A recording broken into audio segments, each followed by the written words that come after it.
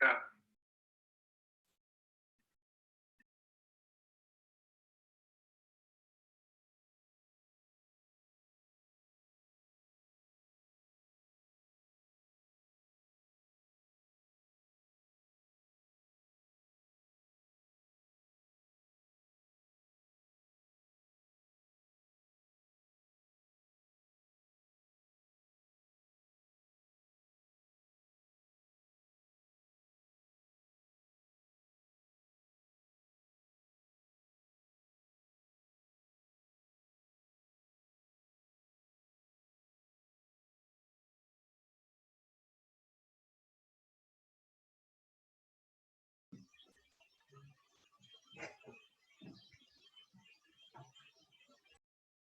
Desculpa, boa tarde, tudo bem? Boa tarde, Veri, tudo bem? E você, Maurício? Eu bem, você? Oi, Maurício. Boa tarde, Veri. Boa tarde, Gislaine. Tudo bom? Boa tarde. Bom estar com vocês novamente. Você viu o número de pessoas, Veri? Hoje é dia de maratona, eu já estou no terceiro webinar do dia. Bora lá. Caramba, parabéns. Ai, ai, ai. Eu estava até vendo aqui as perguntas, aumentou um pouquinho, está tendo um total de 9 perguntas. Ah, então eu só recebi diretamente. 2 perguntas. Oi? Para mim, só 2 perguntas. O Maurício encaminhou. O Maurício me encaminhou um... Não, mas já temos aqui uma lista já e a gente vai passando para vocês logo em seguida, viu, Veri? Vou fazer a abertura aqui, que o evento está sendo gravado e em seguida a gente vai fazer, inclusive, a disponibilização desse evento aí nas redes do IBREI e da Becasa. Tá então, bom. eu queria dar as boas-vindas aí para todos, a gente vai começando já. E então falar aqui primeiro umas boas-vindas em nome do IBREI. Eu sou Maurício Prazac, sou presidente do IBREI, que é o Instituto Brasileiro de Relações Empresariais Internacionais, e nós fomos convidados pela Becasa para fazer essa maratona aí de palestras superando a crise.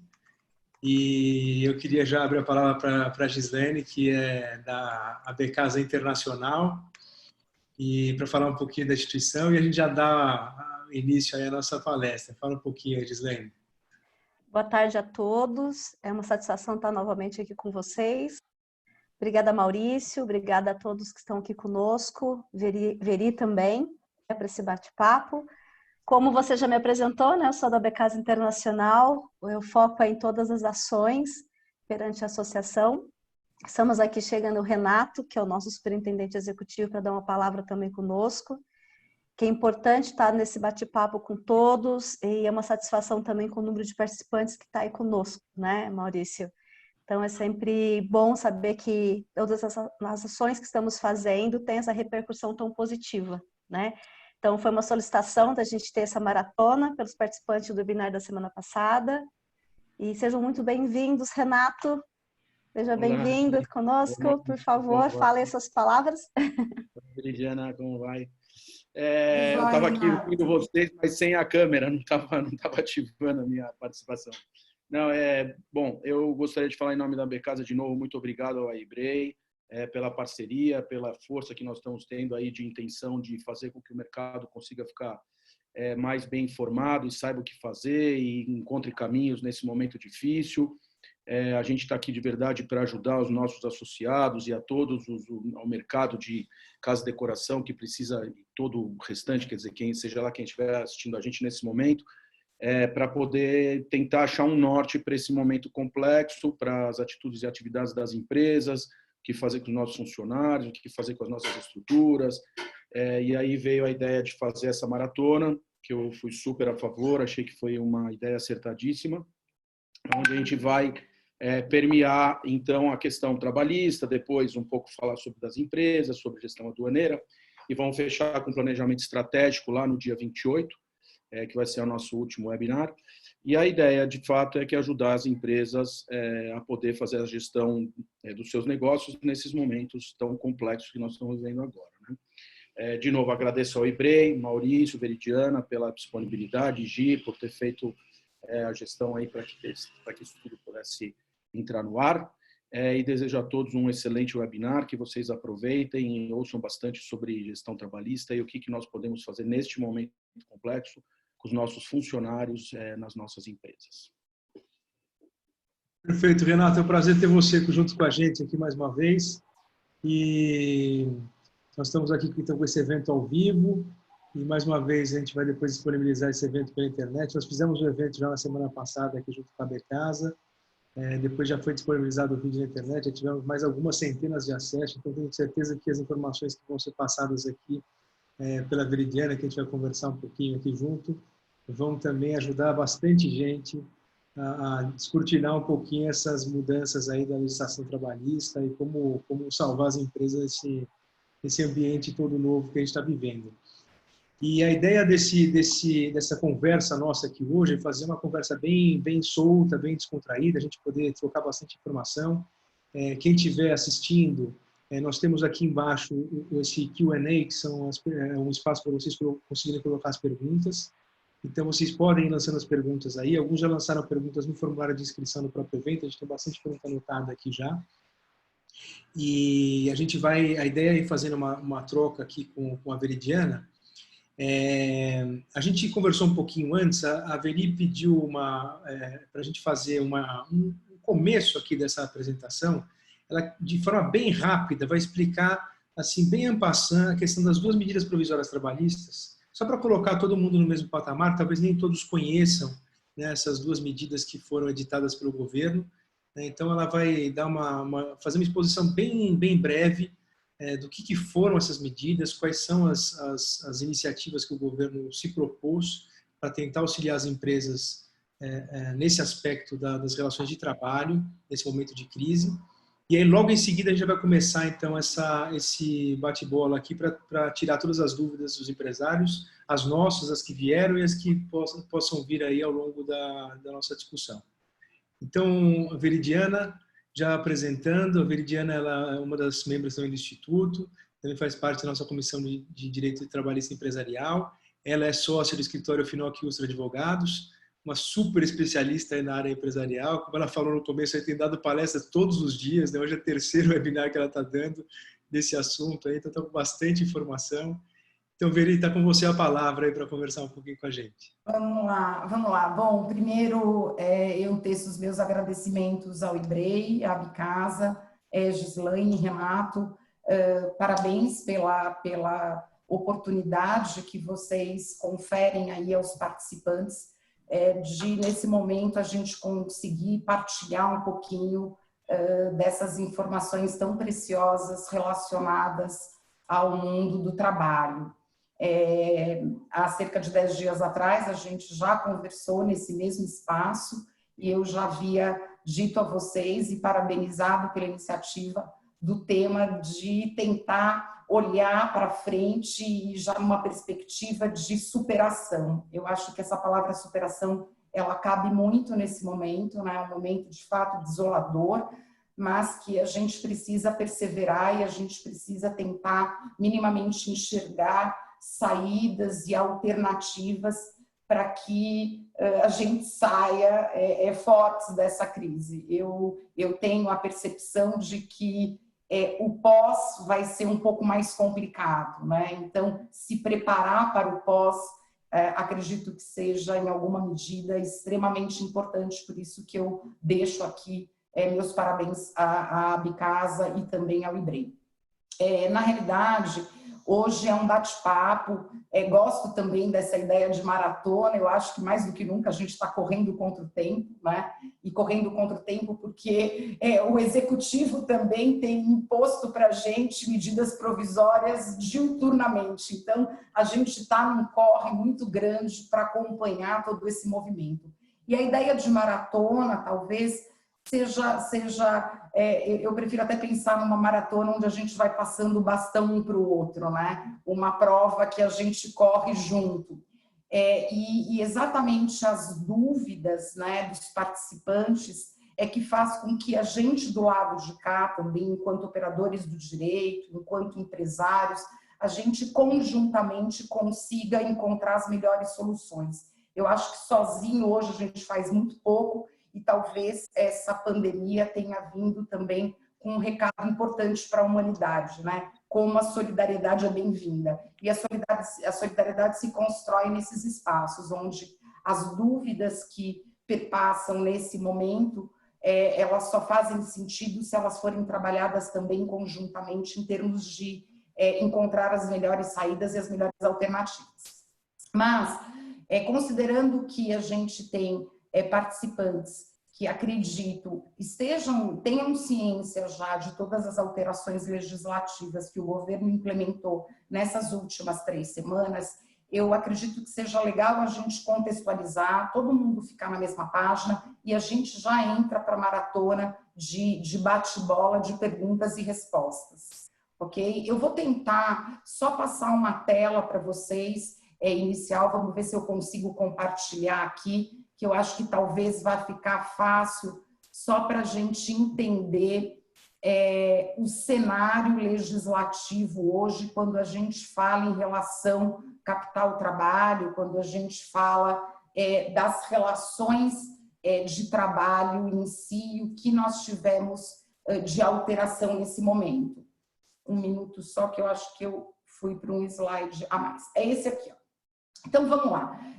Desde o dia 22 de abril, desde o dia 22 de março, nós tivemos aí a implementação da primeira medida, a edição da primeira medida provisória, que trouxe alternativas e tentou, em alguma medida, flexibilizar e desburocratizar alguns institutos trabalhistas.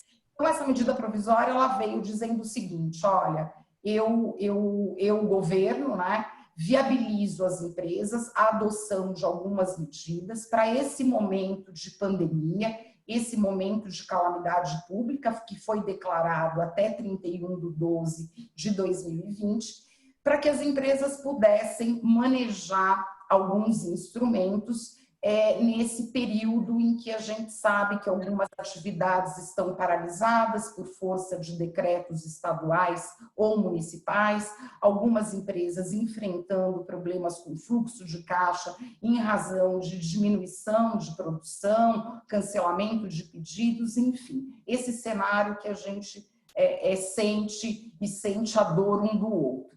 O que nós tivemos na medida provisória 927 foram alguns pontos importantes. Primeiro, possibilidade de antecipação de férias individuais, inclusive de períodos futuros. Também tivemos a possibilidade de uma flexibilização do home office.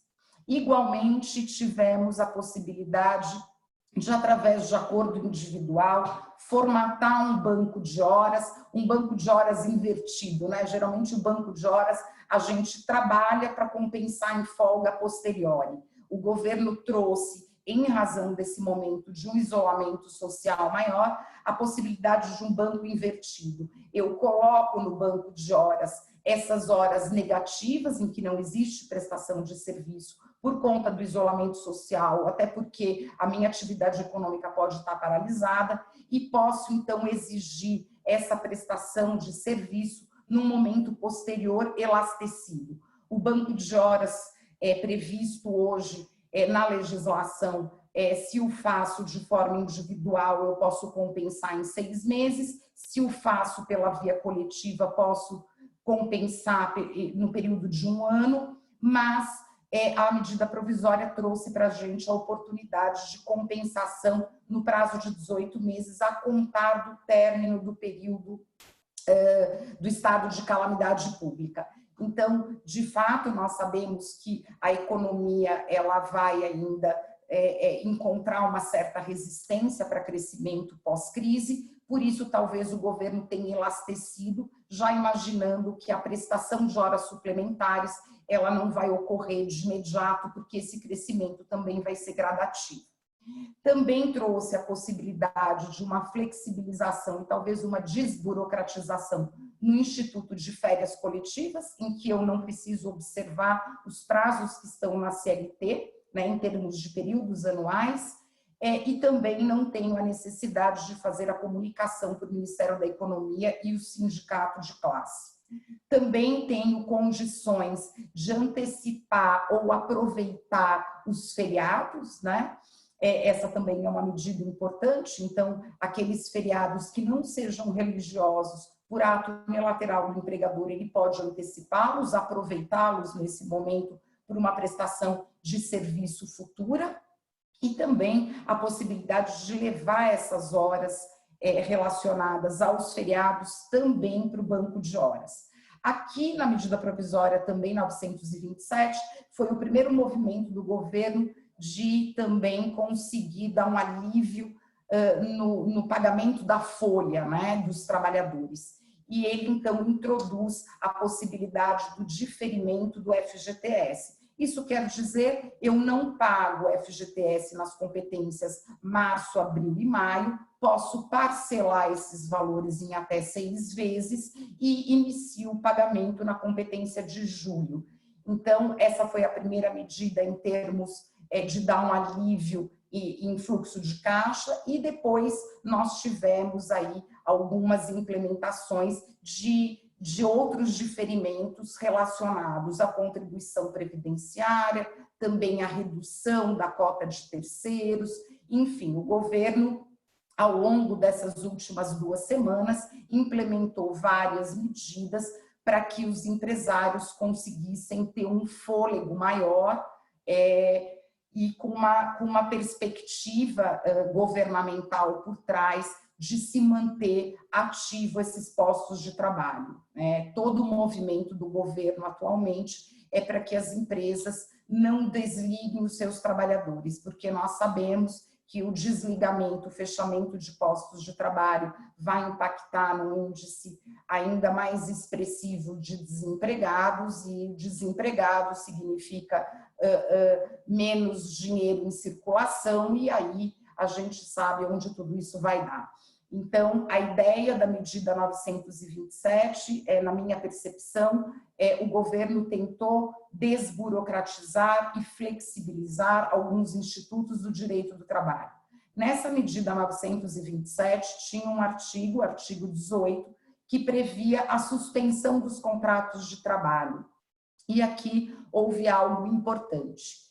Em menos de 24 horas da edição da medida provisória 927, o presidente revogou esse artigo 18, porque, de fato, ele tinha problemas aí, esbarrava numa questão de inconstitucionalidade muito forte.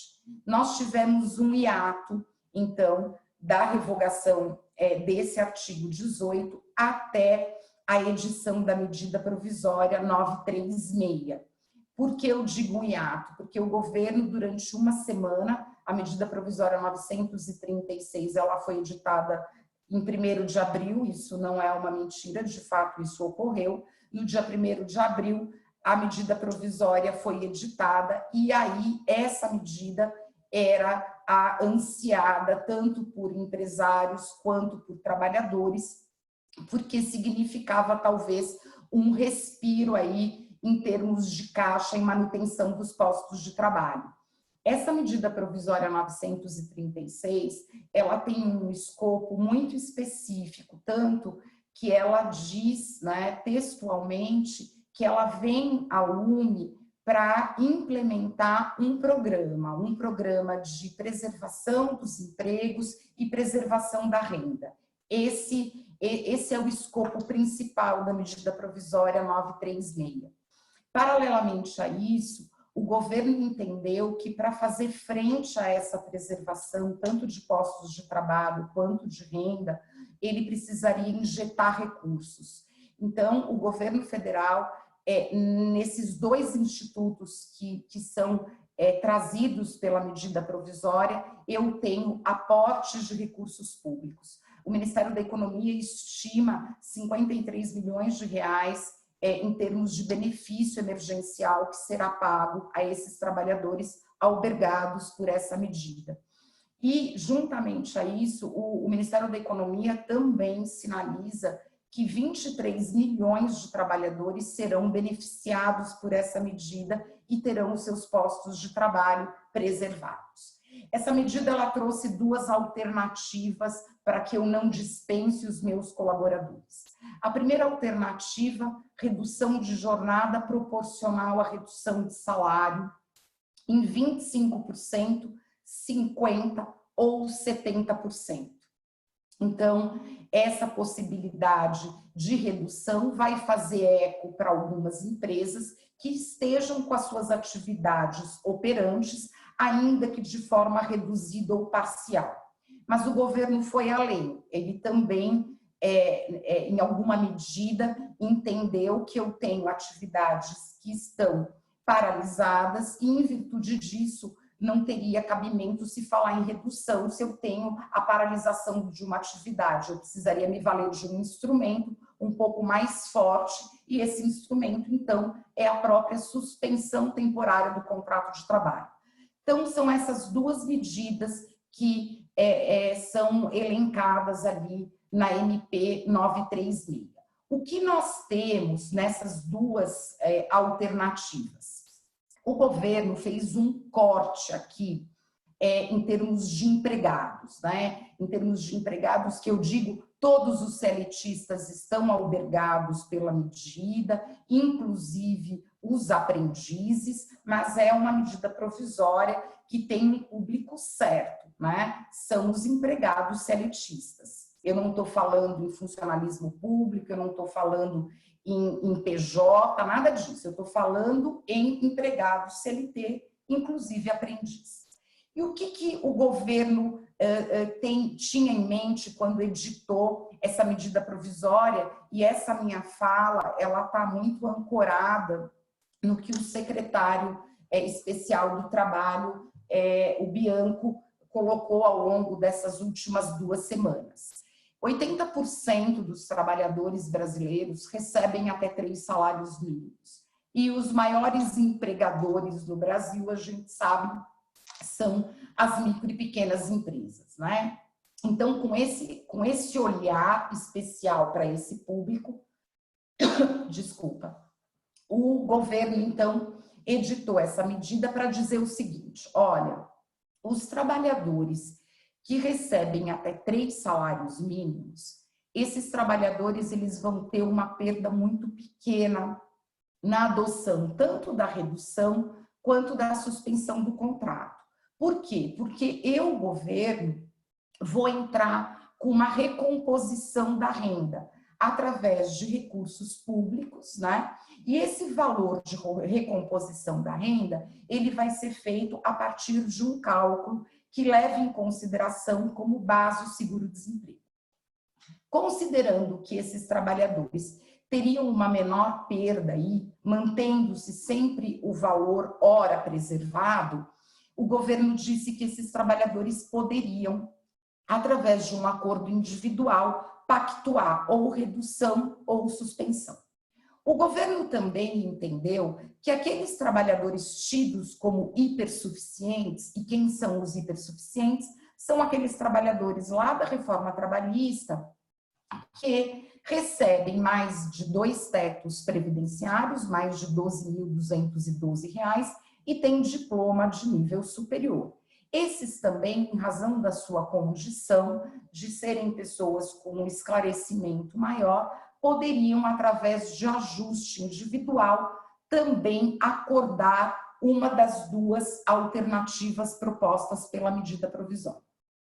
Tirando esses 2 grupos de trabalhadores, para quem recebe mais de R$ 3.115 e menos de R$ 12.212, para esse público, para esses trabalhadores, a medida provisória já sinalizava a necessidade de negociação coletiva.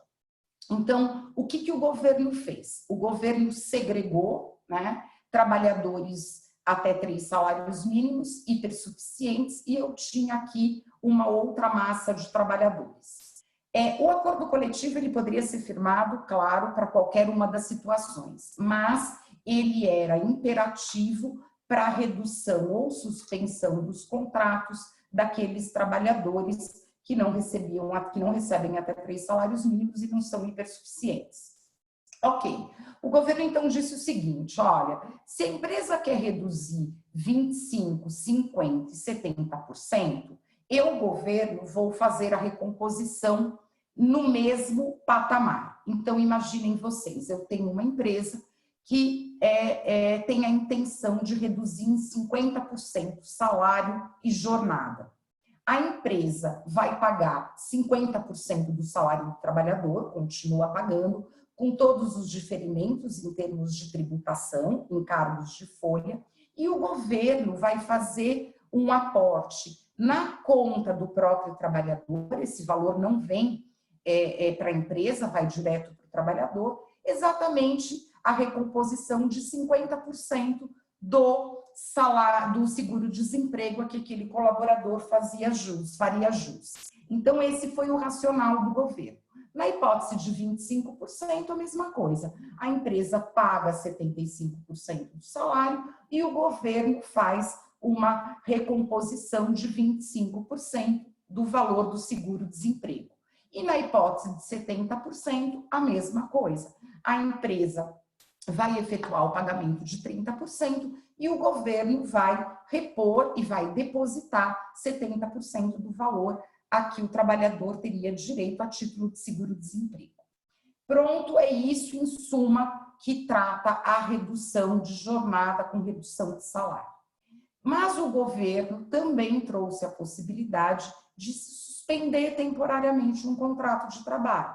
E na suspensão, o governo usou um outro critério, agora não só olhando o trabalhador, mas olhando a receita bruta anual da empresa. Então, empresas com receita bruta anual, ano calendário 2019, podem suspender o contrato de trabalho dos seus empregados, também na mesma premissa, trabalhadores que recebam até 3 salários mínimos e hipersuficientes através de acordo individual, para os demais acordo coletivo, mas a empresa terá que apenas manter os benefícios desses trabalhadores. Não há que se falar em salário, porque não há nenhum tipo de prestação de serviço. Para aquelas empresas com receita bruta anual, ano calendário 19, superior a 4,8 milhões, o governo, então, impôs a essas empresas, em razão da sua capacidade econômica, por se entender que é maior do que aquelas que não atingiram esse patamar em 2019, impôs a obrigatoriedade do pagamento de uma ajuda compensatória no caso de suspensão. Essa ajuda compensatória de natureza indenizatória corresponde a 30% do salário do trabalhador que teve o seu contrato suspenso. Como contrapartida, para a gente fazer a recomposição dessa renda, o governo também vai entrar com aportes diretamente para o trabalhador. Então, o trabalhador de empresas que tiveram receita bruta anual inferior a 4,8 terão um aporte do governo de 100% do valor do seguro-desemprego a que ele fazia jus, a que esse trabalhador faria jus.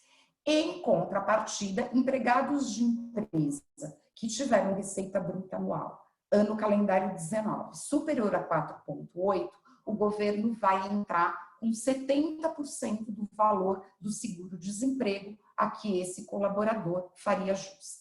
Lembrando, e aqui é só um parênteses, não é o valor do seguro-desemprego, é um percentual do seguro-desemprego a que esse trabalhador faria jus. Para a gente calcular o seguro-desemprego, eu vou estar olhando os 3 últimos salários do colaborador. Essa vai ser a base de cálculo que o governo vai adotar, que é a regra do próprio seguro-desemprego. Então, essas foram as 2 medidas trazidas pelo governo. Eu estou tentando preservar a renda, por isso que o governo, estou fazendo aportes, e estou também, em uma medida grande, né, tentando preservar o emprego. E como é que eu preservo esse emprego? O governo incluiu uma condição, né, dentro dessa medida provisória, que a gente chama de estabilidade. Então, todos os trabalhadores albergados por essa medida, todos aqueles trabalhadores que tiverem acordo individual ou coletivo para se valer ou de redução ou de suspensão, terão uma garantia provisória no emprego. Que garantia é essa? Pelo período em que perdurar ou a suspensão ou a redução e por igual período após a cessação dessa condição. Então, essa foi a forma que o governo encontrou de preservar o emprego. A medida provisória diz também que, se porventura eu precisar desligar esses trabalhadores, ainda que a essência da medida provisória seja a preservação do emprego, se porventura for necessário, por uma questão imperativa, o desligamento, a empresa terá que pagar uma indenização substitutiva relacionada ao período faltante dessa estabilidade que está anunciada na medida provisória. O que mais nós temos aqui de importante, e talvez todos tenham acompanhado de forma aflitiva, quando essa medida provisória veio à baila, nós tivemos uma ação direta de inconstitucionalidade, uma só, não mais várias, né?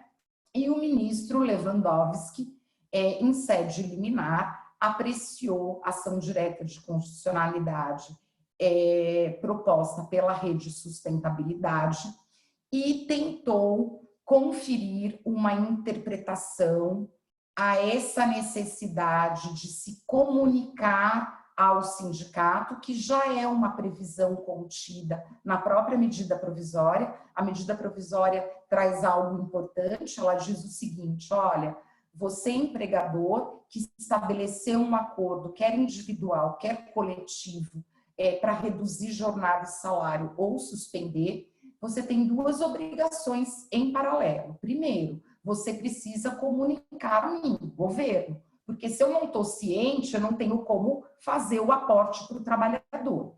E aí, esse mecanismo de informar o governo é feito através do empregador web, né? O governo, através de uma cartilha, de um novo layout, para disponibilizar-se essas informações no empregador web, ele lança essa cartilha que já está disponível e, na verdade, nada mais é que um grande Excel que as empresas terão que preencher e subir essas informações numa plataforma que já existe, que é o E-Social, através do empregador web.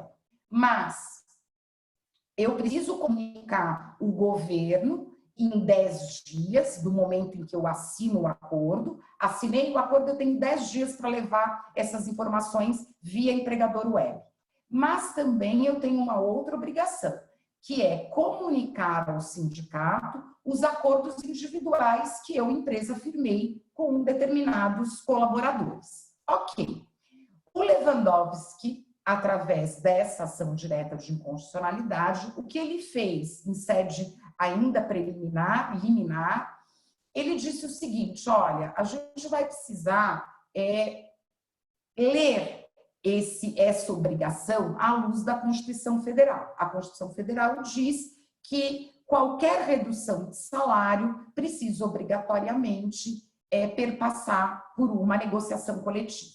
Então, o Lewandowski, ele fez uma única coisa, ele fez uma interpretação à luz da Constituição, em conformidade, e disse: olha, as empresas vão comunicar ao sindicato, o sindicato, querendo, poderá instaurar uma negociação coletiva, né? E se não o fizer, fica válida a condição acordada individualmente.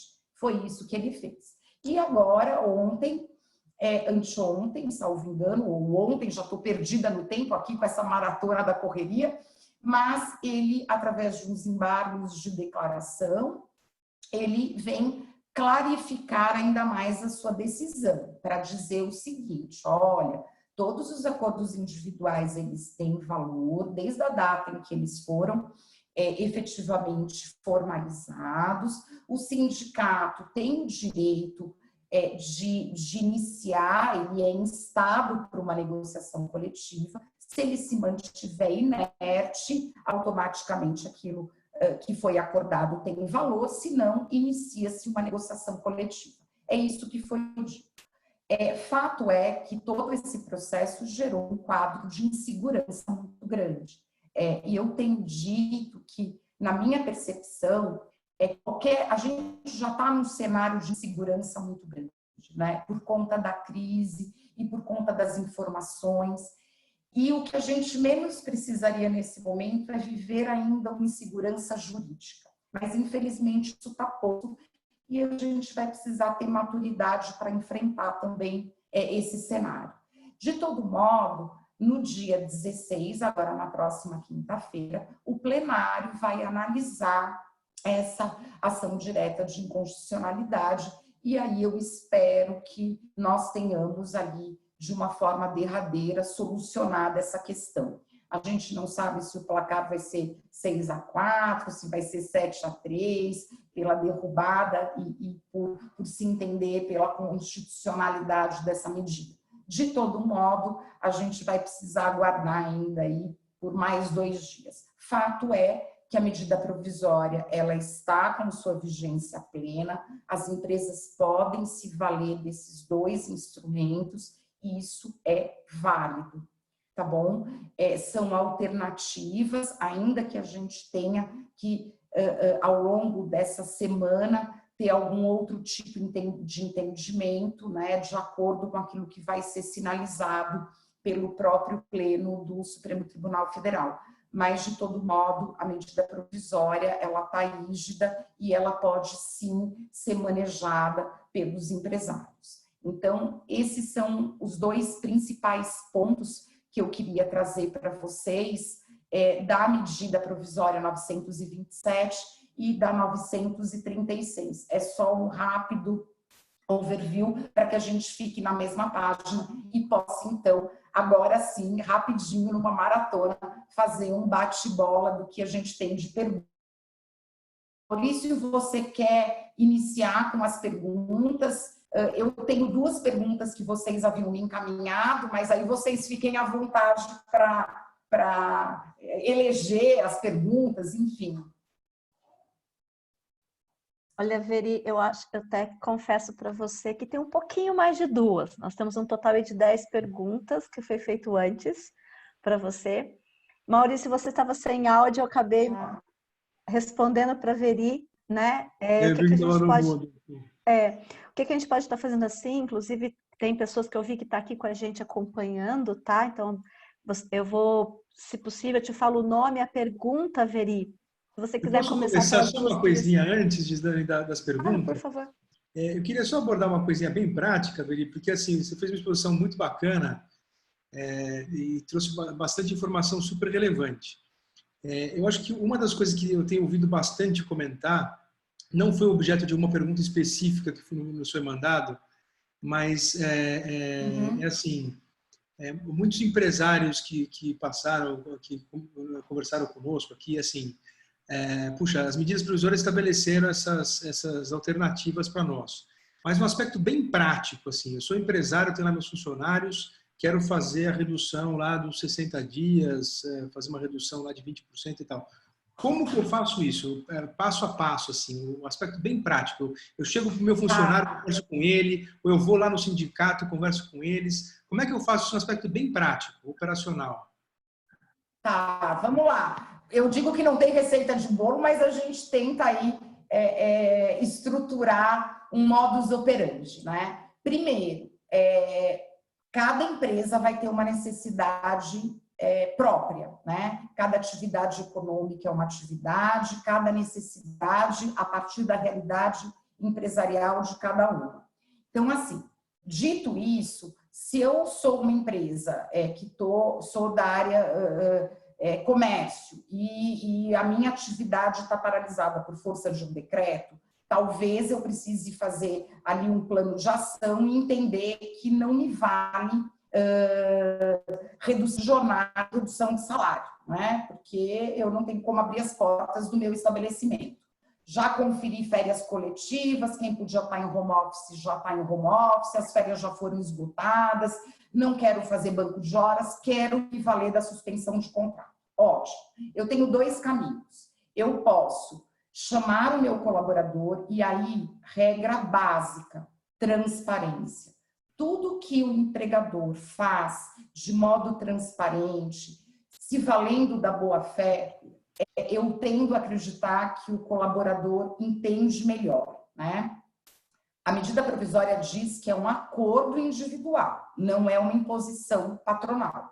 Então, eu vou precisar chamar o meu colaborador e explicar para ele, olha, eu não tenho outra alternativa, você sabe que nós estamos com as atividades paralisadas, para que eu possa preservar esse posto de trabalho, eu preciso me valer das medidas que estão sendo colocadas pelo governo, e eu proponho, então, que a gente suspenda o contrato de trabalho. Por quanto tempo eu posso suspender? No máximo 60 dias. 30 mais 30, ótimo. Posso iniciar com 30 dias, oxalá que daqui 30 a gente já retome as atividades normais.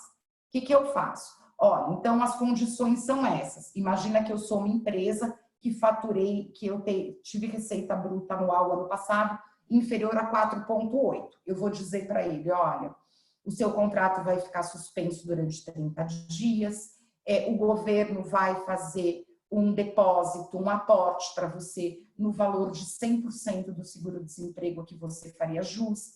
Eu, enquanto empresa, vou manter os benefícios, imaginemos que a empresa tem plano de saúde, cesta básica, esses benefícios serão mantidos, mas para isso nós precisaremos formalizar. Formaliza-se um acordo, eu oriento que as empresas se valham de acordos bem elaborados, claros, objetivos, para que o trabalhador entenda aquilo que ele está, de fato, acordando.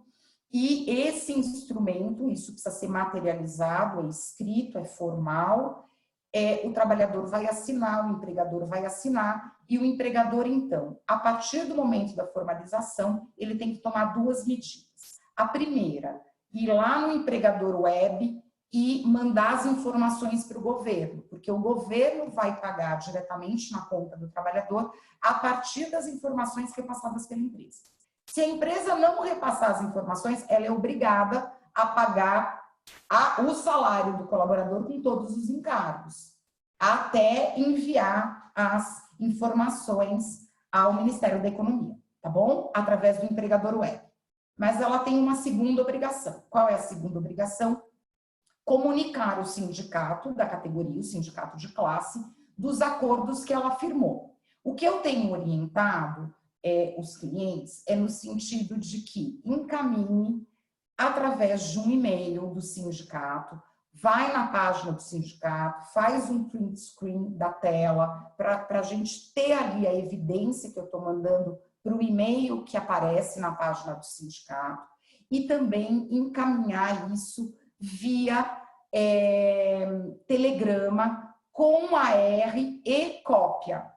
Porque qualquer discussão futura, a empresa vai precisar trazer as evidências de que ela cumpriu as suas obrigações. Então, primeiro passo, chamar o trabalhador, ou o grupo de trabalhadores, para explicar quais são as medidas que a empresa está propondo.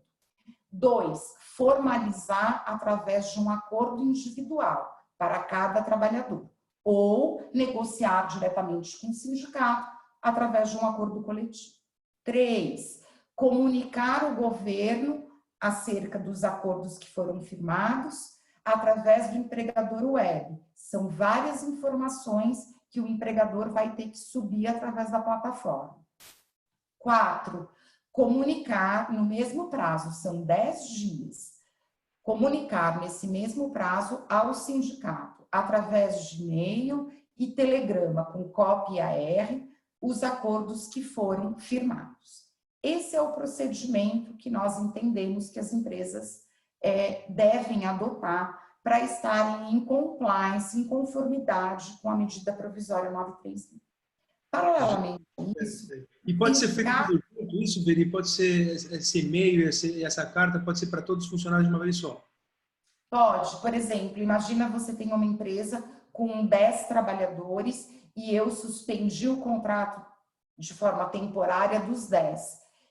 Eu faço um e-mail para o sindicato dizendo, olha, conforme artigo tal da medida provisória, venho comunicar a esta entidade sindical que a empresa tal firmou o acordo individual para a suspensão do contrato de trabalho pelo prazo de tantos dias e nomina os trabalhadores, né, que você acordou a adoção da medida. E esse procedimento é o mesmo para a redução da jornada também? Também é a mesma coisa. A obrigação é comunicar o sindicato. O que a gente tem de novo com a decisão do Lewandowski?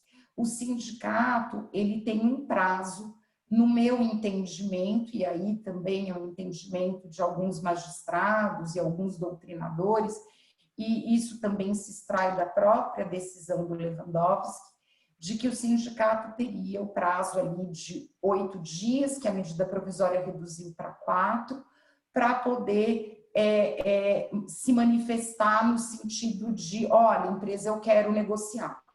Se ele se mantiver inerte, entende-se por válido aquele acordo que foi firmado. O sindicato pode também sinalizar e falar, olha, eu quero negociar, eu quero ver melhor as condições que você acordou. Se isso acontecer, inicia-se um processo negocial. Lembrando que o sindicato, ele não deve, né, praticar nenhum ato antissindical e nem exigir nessa negociação nada que não esteja atrelado à medida provisória, né? Então, tem acontecido bastante, a gente tem sabido, né? Eu tive recentemente um sindicato que falou assim, olha, eu só vou negociar para trabalhador sindicalizado. Eu só vou negociar se pagar uma taxa negocial. Não, né? Então, eu preciso também evidenciar, eu, enquanto empresa, de que eu vou, sim, sentar para uma negociação, toda a relação dialógica, ela é válida, o sindicato é um importante ator social, a gente também não tem que, a gente tem que, na medida do possível, valorizar esses atores, né, cada vez mais, mas, claro, cada um dentro do seu papel e daquilo que é legítimo, né? Então, se eu sento para negociar, eu quero negociar a partir daquilo que está posto, medida provisória 936. Eu não estou ali para falar de reajuste salarial, eu não estou ali para falar incremento de cesta básica, eu estou ali para negociar uma condição específica diante de um cenário de calamidade pública em que o próprio governo sinaliza para a sociedade a importância de se manter os postos de trabalho e tentar, na medida do possível, se preservar a renda. Dentro dessa premissa, exigir alguma coisa fora, como que o empresário deve proceder? Então, olha, eu tenho a gente tem algumas medidas aí, né? Eu tenho o Ministério Público, que eu poderia levar isso como uma denúncia, eu poderia também me valer das próprias DRTs, né? O finado Ministério do Trabalho, mas ainda a gente tem bases locais, eu também tenho como, num embate, me valer do SEJUSC, dos Tribunais Regionais do Trabalho, tentar uma mediação. Né? O importante é a gente entender que, ainda que o Lewandowski tenha tentado imprimir uma interpretação em conformidade com a Constituição Federal, que a gente não entenda que essas alternativas elas foram abortadas, né? Elas existem, elas estão na medida provisória e elas podem ser a salvação de vários postos de trabalho e também de um alívio em fluxo de caixa para as empresas, porque não adianta, se a empresa não estiver viva, vivo não estará o posto de trabalho, né? Então, a gente tem que fazer de tudo nesse momento em prol dessa preservação. Mas que os atores sociais tenham, eu brinco que bom senso não é bem distribuído entre os homens, mas a gente precisa ter boa fé, né? E se a gente tem boa fé e transparência, as coisas tendem a acontecer de uma forma melhor. Se eu estou negociando com um sindicato que está com condutas antissindicais, eu preciso levar ao conhecimento de algumas autoridades para dizer o porquê que eu não estou conseguindo negociar. Tá? Tem uma pergunta relativa aos pagamentos de benefício, que fala do CEP, da residência. Não sei se você está com ela fácil aí, a pergunta, não? Manutenção de benefício na suspensão do contrato. Acho que é uma coisa relativa ao CEP da residência do trabalhador. Você está com a pergunta aí, Gislaine? Eu estou com a pergunta aqui, Veri. É questão de quando você entra com a solicitação, né, para você ter o benefício, e ele é teu auxílio, né? E ele é negado. O que fazer nessa situação, né? Que é o CEP do trabalhador, não era isso? Exatamente. A pergunta é exatamente o que fazer quando o funcionário que preenche todos os critérios para receber ajuda governamental e pelo CEP de residência foi negado o auxílio? Essa é a pergunta. Nossa, eu ainda não vi nenhuma situação dessa, porque assim, ó, a priori, todo acordo ele é considerado válido. Quando eu subo as informações para o empregador web, eu só vou precisar subir as informações corretas, porque se tiver erro nessas informações, vai voltar negativo.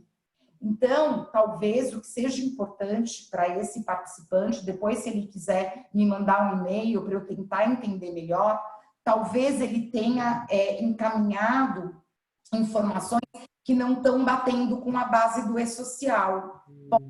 Isso, eu brinco que nesse momento a gente está fazendo inferências, porque como é muito novo, cada empresa está passando por uma dor diferente, mas a priori não tem como negar, né? Porque o acordo é válido, você só precisa informar. Só que se essas informações não estiverem corretas, em linha com as informações que estão no e-social, pode dar uma inconsistência. E aí pode ser que o pedido tenha voltado com algum erro, tá? Mas a priori não é para acontecer. Né? Aí numa situação dessa, Veri, seria, se teve um erro, ele refazer a solicitação? Seria uma alternativa? Acredito que sim, retificar. Perfeito. Outra pergunta que nos fizeram também é assim, no caso das reduções de jornada, né, a medida provisória deu 3 alternativas, né, 25%, 50% e 70%. Isso.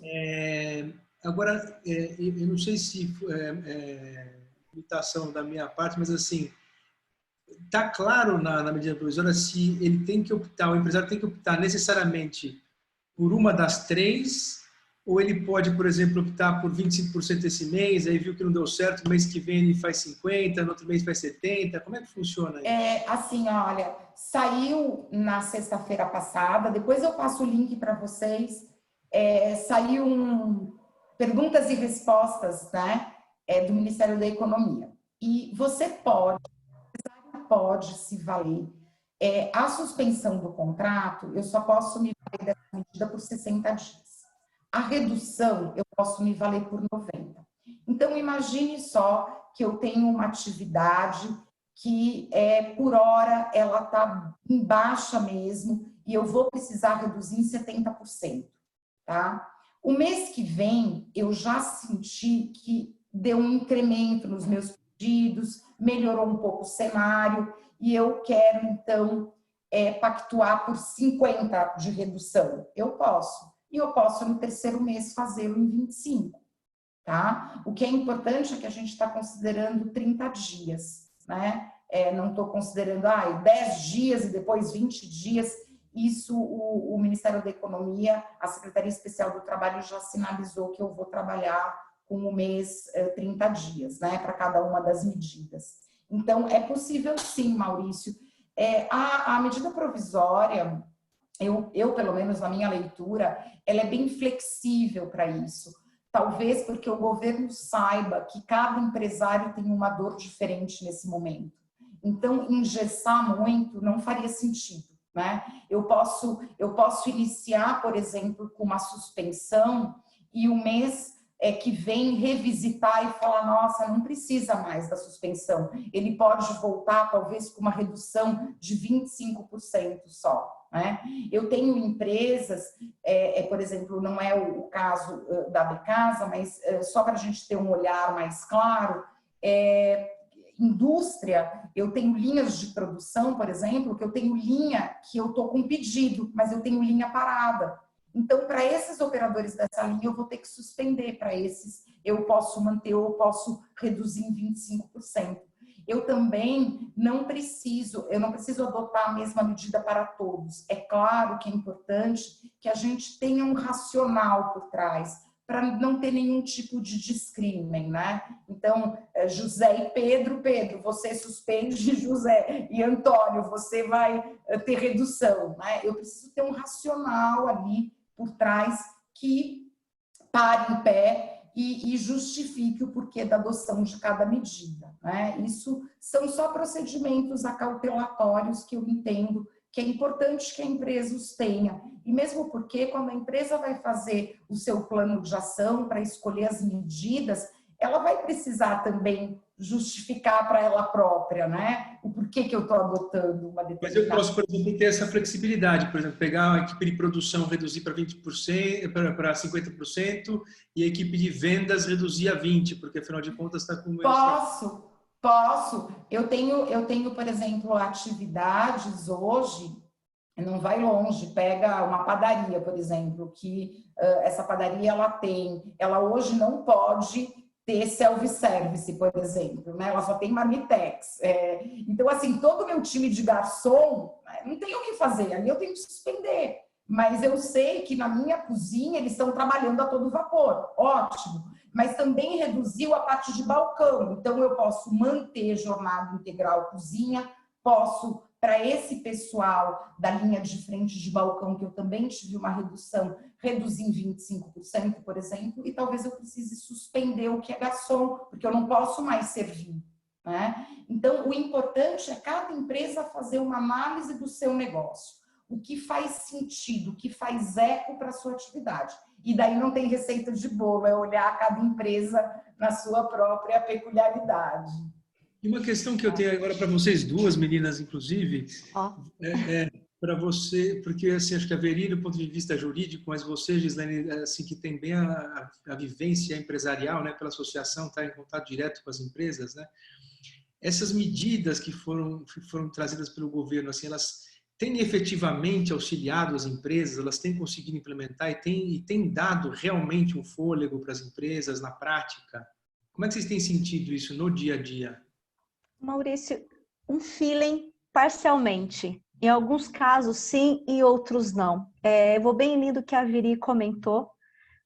De acordo com o porte e a atividade da empresa. Então, tem aquela que ela vai favorecer. E tem umas que realmente não consegue atender. Aí porque hoje a gente fala do pequeno, do micro, do pequeno, do médio e do grande. Né? Então, de repente, por um grande impacto, ele vem favorecendo maior, porque ele tem as suas áreas divididas e ele consegue fazer esse mix, né? Uma parte colocar em home office, uma parte desativar durante um período e ter uma redução e fazer algumas ações assim. Agora, imagine uma microempresa, né? Então, quem é um micro ou bem pequeno, o menor, ele não é tão favorecido nessas medidas, infelizmente. Eu espero que saia alguma coisa, tá, Veri? Alguma coisa para realmente ajudar esses menores, né? E aí, para que eles tenham realmente um apoio mais efetivo, né? Até tem uma das perguntas também que a gente põe, o desemprego já estava grande, e agora? Como que ele vai ser, né? Vai melhorar ou não? Porque a situação está crítica. Uma das maiores dores do setor, Maurício e Veri, é o fluxo de caixa. E querendo ou não querendo, a folha de trabalho é um fluxo de caixa bem representativo, né? Então, mas daí, Gislaine, talvez a gente possa fazer um exercício. Eu concordo piamente com você. Quem está sofrendo nesse momento, de fato, a dor maior são dos pequenos. Para mim, isso é fato, né? Porque, querendo ou não, as grandes empresas, ainda que tenham um problema de fluxo, tem uma abertura maior para crédito, às vezes a gente está falando de multinacionais que conseguem recursos de fora, mas o pequenininho, de fato, ele está sendo impactado. E aí, o que a gente tem se a gente olhar todas essas medidas, né? Eu tenho a possibilidade de fazer aquele empréstimo emergencial com juros baixos. Eu tenho como fazer diferimento de todos os meus encargos. Eu tenho como suspender salários se o faturamento for inferior a 4,8 milhões do ano passado, e daí minha folha vai ficar zero, né? Então, medida para esses próximos 4 meses, Gislaine, eu acredito que a gente até tenha, né? Eu tenho como renegociar, por exemplo, um contrato de locação, eu tenho várias questões contratuais que perpassam de forma favorável, mas a minha maior aflição é porque a hora que terminar, eu tenho que pagar o que eu não paguei agora, em termos de tributos, né? Eu só estou diferindo, estou jogando para um momento lá na frente. E a minha preocupação é que a economia, ela não vai ter uma curva, né, em V, né? Ela não vai crescer assim. Infelizmente. E daí, de fato, a gente vai ficar com um problema sério. Porque essa para mim, hoje, o que me causa angústia é já imaginar um ponto futuro. Porque o Estado vai estar endividado, os empresários vão estar com os encargos vencendo, né? Aqueles que eles não estão pagando agora, mas que uma hora essa conta vem. E a gente pode não conseguir, com essas medidas, segurar efetivamente o emprego. Pode ser que eu segure por 4 meses, mas e depois, né? A XP, ela já diz, talvez a gente saia dessa crise com 20 milhões de desempregados, né? A gente já tem um índice alto hoje e a gente sabe o custo do desemprego. Então, talvez a gente tenha que, sim, ter um olhar para o hoje, né? O que a gente está fazendo, olhando as medidas, como é que eu me mantenho vivo, mas a gente também tem que fazer esse exercício, e por isso que eu achei louvável o mote do webinar, do primeiro webinar de vocês, que é como eu supero tudo isso. Porque a gente está falando de medidas de agora, mas e depois, né? Eu acho que o depois, sim, a gente tem que olhar com carinho, porque é um cenário que, assim, eu não estou vendo um cenário de alento, sabe? Pelo contrário, mas beleza, vamos perseverar, vamos tentar fazer uso dessas medidas. Os pequenos, os que estão sofrendo com fluxo de caixa, de fato, hoje, Folha, eles conseguem suspender o contrato de trabalho. Claro, se eles não tiverem cooperação nenhuma, né? Mas se tiverem e conseguir reduzir, eu ainda tenho salário para pagar, eu tenho benefício, né? E a gente sabe que benefício também custa para o empregador, né? É tudo isso, quando você olha o custo do trabalho, os benefícios, é uma conta grande que o empresário arca, né? O governo está arcando com parte disso para tentar fazer essa recomposição, mas talvez não seja mesmo suficiente, né? E veria até em linha do que é até uma curiosidade, até um pouco, pessoal, essa questão do crédito que você comentou. Existe alguma linha de crédito específica para parte para pagar a folha? Somente para folha? Só como folha. Funciona? Você pode comentar um pouquinho? Porque eu sei que essa carta de crédito está sendo bem polêmica, né? Muitos estão buscando... A medida provisória é a 944, salvo engano. Eu estou tão zonza, vou até dar uma bugada aqui para ver se é 944, mas salvo engano é uma medida provisória que você pode financiar com juros bem baixos o pagamento da tua folha o pagamento da folha de redundância, né? Você pode financiar a folha de pagamento. É a 944 mesmo. É ela. Mas tem, tipo assim, uma instituição específica, Veri, que atua nessa parte?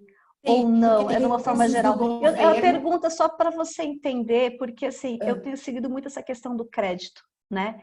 Inclusive com próprias instituições. E existe algumas dificuldades ainda, a questão de você conseguir o crédito, principalmente para os pequenos, que é o que a gente está falando. Então,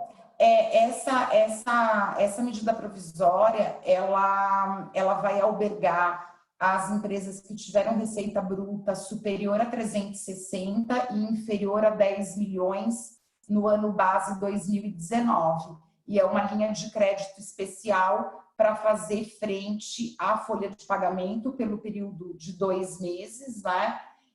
Limitado ao valor equivalente a 2 salários mínimos por empregado. E é o próprio banco que vai fazer o depósito na conta do trabalhador. Então, na Caixa Econômica Federal, né? Oi? Na Caixa Econômica Federal, né? Que tem dado esse financiamento. Também, mas todos os bancos estão com essa linha, não é só a Caixa Econômica. São todos. Eu achei que tivesse algum específico. Não.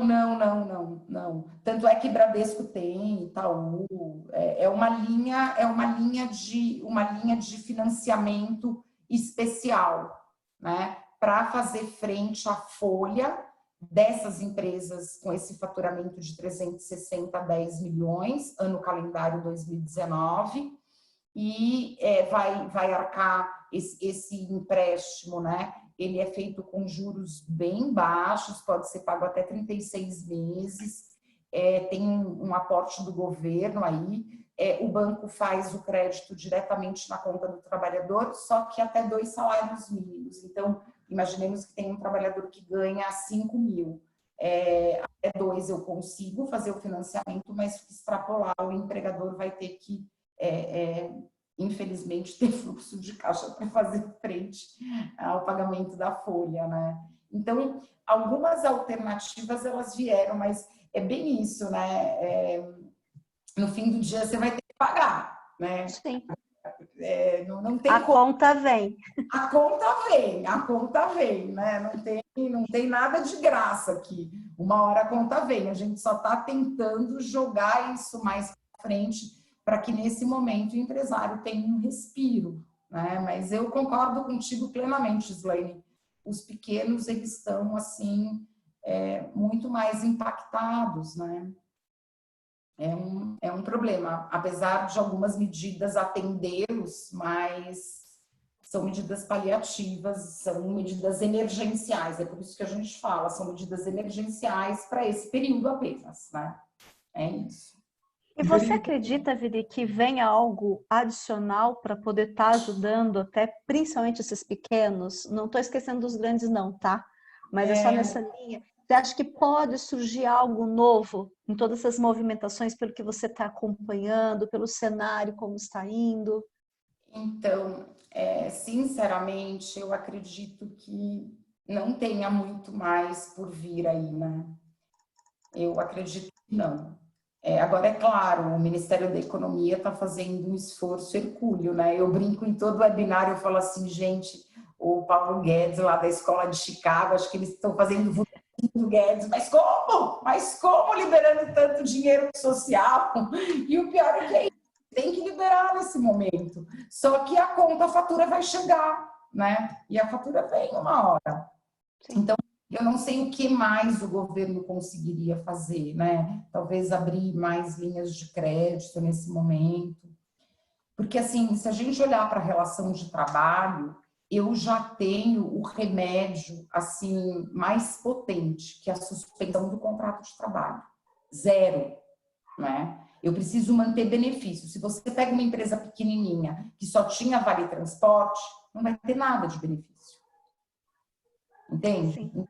Sim. A medida mais forte mesmo, o remédio mais potente é a suspensão do contrato de trabalho, né? Porque daí, é claro, o trabalhador até 3 salários mínimos ele tem sim uma perda, sem dúvida nenhuma, mas ele também tem uma garantia do posto de trabalho dele ativo, né? Então, esse é um momento muito delicado, porque frustrações, elas vão acontecer, tanto do lado do empregador quanto do lado do empregado. E se a gente também não tiver um olhar complacente para isso, fica difícil, porque daí nada pode, né? Então, é um momento, por isso que eu acredito muito em um momento que toda leitura que a gente tem que fazer é uma leitura contextualizada. Porque tudo que está sendo criado tem um objetivo específico que faz frente a um momento sem precedentes no Brasil e no mundo. Então, eu particularmente veridiana, é o meu ponto de vista, não é... Acredito que a Constituição Federal ela tem que ser observada em qualquer circunstância, e ela existe para isso, né? Para os momentos de anomalias e não anomalias, ela está lá, mas talvez o olhar tenha que ser um olhar mais complacente com o cenário que a gente está vivendo. Porque se for ferro e fogo, daí eu acho que tem poucas alternativas, né? Então, talvez a gente tenha que ter um pouco mais de desprendimento nesse momento, né? E ter um olhar mais solidário enquanto coletividade. Porque se esse exercício não acontecer, fica difícil mesmo. E eu temo muito, e tenho dito isso, eu Supremo, o Judiciário analisando essas questões daqui a um ano e meio, quando nada disso mais vai estar aflorado, não vai ser mais uma comoção. Por isso que eu tenho dito para as empresas, se valham da boa-fé, se valham da transparência, criem políticas, mesmo a empresa pequenininha, eu brinco, não precisa ter uma assessoria jurídica, a empresa pequenininha que não tem condições, mas escreve no Word quais são as regras que você está implementando, deixa o trabalhador ciente daquilo, colhe a anuência do trabalhador, né? O que está escrito, a gente brinca e fala assim, o papel aceita qualquer coisa. O papel aceita qualquer coisa, mas o papel, quando ele está lá com qualquer coisa, e aquela qualquer coisa fez eco, né? Quem está assim, valor maior, né? Então, talvez isso para as empresas seja muito importante nesse momento. Registrem, né? Registrem o que vocês vão adotar enquanto medidas, coloquem para os trabalhadores que são questões emergenciais. Isso não é da cabeça do empresário, né? Isso tem lastro numa medida provisória. Eu acho que o Brasil todo está acompanhando e os próprios trabalhadores estão muito assustados com tudo isso, né? E eu acho que a gente tem que tirar esse medo, né? E mostrar para ele, olha, a gente está tentando um caminho. Não dá para prometer emprego para ninguém. A gente não sabe o dia de amanhã. Não adianta. Eu preciso assegurar no momento em que eu tenho a medida, do que eu estou me valendo, do que eu estou tentando fazer para ter um respiro, para me manter enquanto empresa e para, via de consequência, manter os postos de trabalho. E agora, já até caminhando para o final aqui, uma pergunta que tem surgido bastante, apareceu aqui específico para esse webinar, mas tem surgido bastante, assim. Você sente que vai ter uma mudança nas relações de emprego com tudo isso? Né? A forma de lidar com as relações de emprego, de visualizar as relações entre patrão e empregado, ou de lidar até com a questão do trabalho remoto. Você já vai, depois que acabar essa crise, você sente que vai ter uma mudança nisso tudo? Sabe que essa é uma reflexão que eu tenho feito, né? Eu acho que as relações de trabalho elas vão ser reinventadas, porque talvez a gente tenha experienciado algo que parece que não fazia o menor sentido, né? Em tempos de não pandemia, né? Então, talvez, eu acredito que essa questão do home office, do trabalho remoto, e a gente tem visto o quanto isso pode ser producente mesmo, o quanto isso tem o seu valor, o quanto isso também pode reduzir custos de uma empresa, né? Eu preciso analisar os dois lados, né? O lado do empregado, o lado do empregador, mas eu acredito que essas relações, a questão do home office, eu acho que isso vem com uma força das empresas, talvez trabalharem isso como uma forma de trabalho concreta, né? Isso funciona, acho que as empresas aprenderam a lidar com isso bem, os empregados idem. Acredito que a gente já esteja passando por uma mudança das relações de trabalho que perpassam aí toda a questão da uberização que a gente diz, né, das relações, também vem num outro contexto. Acredito que aí pela parte governamental, a gente vai precisar sim ter algumas medidas do governo no fim de toda essa história, ainda que eu tenha que recompor caixa, enfim, mas de um olhar para uma desoneração ainda maior da folha, né? Eu acredito que ele vai ter que tirar desse lado para a gente não ter um desemprego tão grande e talvez taxar algumas outras fortunas, enfim, alguma outra coisa ele vai ter que mexer, tira de um lado, coloca do outro. Mas eu acredito sim que algumas regras que foram agora flexibilizadas, pode ser que isso num determinado momento também acabe fazendo sentido. Não todas, é claro, porque tem medidas que são emergenciais, mas eu vejo essa questão do home office com bons olhos, né? Talvez até consiga entender uma flexibilidade maior para o banco de horas, apesar de que a reforma trabalhista já flexibilizou, mas eu acho que existe ainda uma possibilidade dessas relações serem revisitadas. Eu tenho para mim, Maurício e Gislaine, que se a gente conseguir sair dessa crise com esse laço da solidariedade maior entre o ser humano, isso vai reverberar na relação empregado-empregador, né? Sem sombra de dúvida.